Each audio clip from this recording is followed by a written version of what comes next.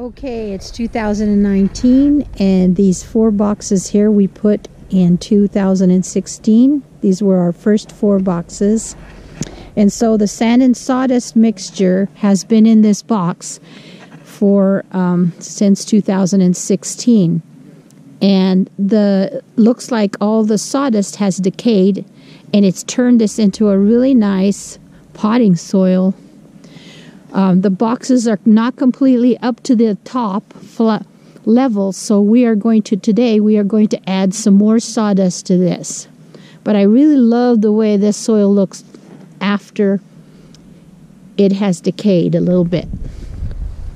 Okay, here is our garden box, and we had tilled it under, and it was still low when we added some more sand and sawdust.